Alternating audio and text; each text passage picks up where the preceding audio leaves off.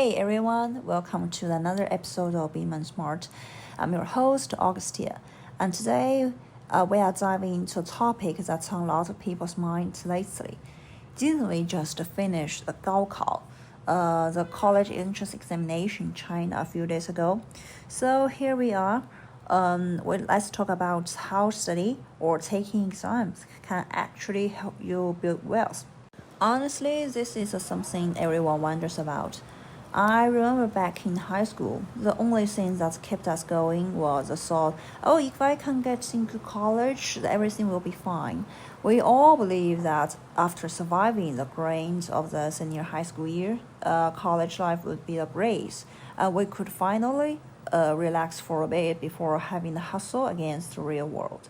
But once you actually get into college, you realize it's not quite that simple, especially in China and other East Asian cultures. Before you turn 18, you have very little time to really get to know yourself or even think about money. Financial management is a huge part of education. And honestly, I think we should start teaching kids about it as early as elementary school. But let's get back on track.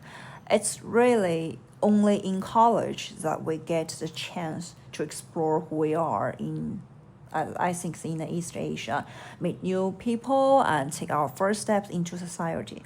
But even then, when you start to enter the real world, most people still see you as a student or a newbie, and you don't get many chances to actually handle money unless you are one of those rare people who start a business in college and manage to get funding before you graduate.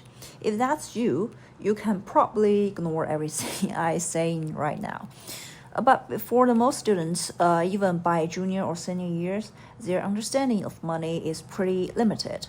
If it exists at all, a lot of people start thinking, okay, my major doesn't really pay well in future. Maybe I should go for the civil service or take the postgraduate exam.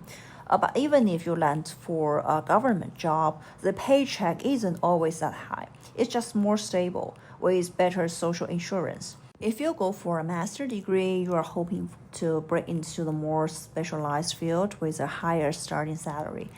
And honestly, the job apps do show the master grads usually start out making more than undergrads in the same field. So people are using these certificates and exams to boost their value, a way to make themselves more marketable or hopefully wealthier.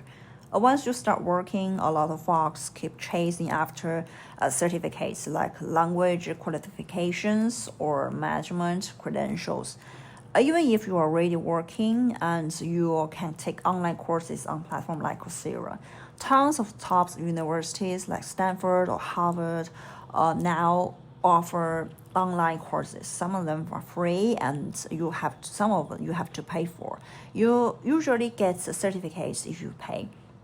With these certificates, you can even look for remote or digital nomad jobs online. So how the study actually makes you wealthier. The most direct way is by getting certificates or furthering your education. You don't have to go for another degree. This is just about a more common in China now because degrees are highly valued. But internationally, if you want a job that's all about professional skills, you can just take an online course, earn a certificate, and apply for remote gigs.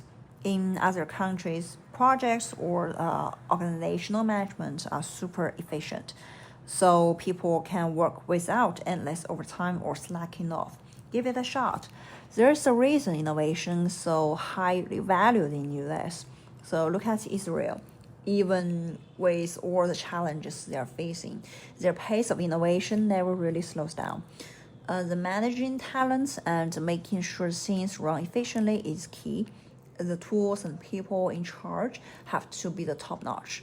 So we usually need to know how to work efficiently and not waste time on low value or surface level socializing. That brings me to my first point. You can go to the traditional routes, but if you want something faster than the civil service or postgraduate exam, go for professionals or course certificates. They can really help you see financial breakthroughs much sooner. Of course, you have to or must actually apply what you learn, or it won't turn into your wealth. Second, read more books. Not just textbooks or training manual, but also industry research or even philosophy books you enjoy.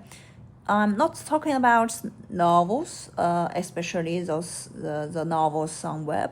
I really think it's better to read something more serious. Just spend 30 minutes a day reading can boost your wealth because books can connect you to higher level thinkings and life experience you can't just get anywhere else. Right now, I'm reading autobiographies of people who are more experienced than I am, picking up the work tips and life lessons from them, including how to keep better relationship with family or friends, and truly believe all of this adds to my own wealth, both emotionally and financially. So when your relationships are stable and positive, you have more energy to focus on building wealth, creating win-win situation with others. Third, cut down on time spent on trivial stuff. This is all about time management. By reducing distractions, you free up more time to learn how to make money, which set the stage for building wealth. I once knew a junior schoolmate who was super outgoing and great at networking. She made money through her connections, but her family situation held her back. Kind of just like the character Fan Shengmei from the TV series Old Joy. She was really capable, but her family issues kept messing with her study routine, making it tough to focus. I will never forget what a female entrepreneur once told me. The most luxurious thing in the world is time to read. She loved learning at 50. Even while pregnant, she kept up with her English lessons. I really admired her.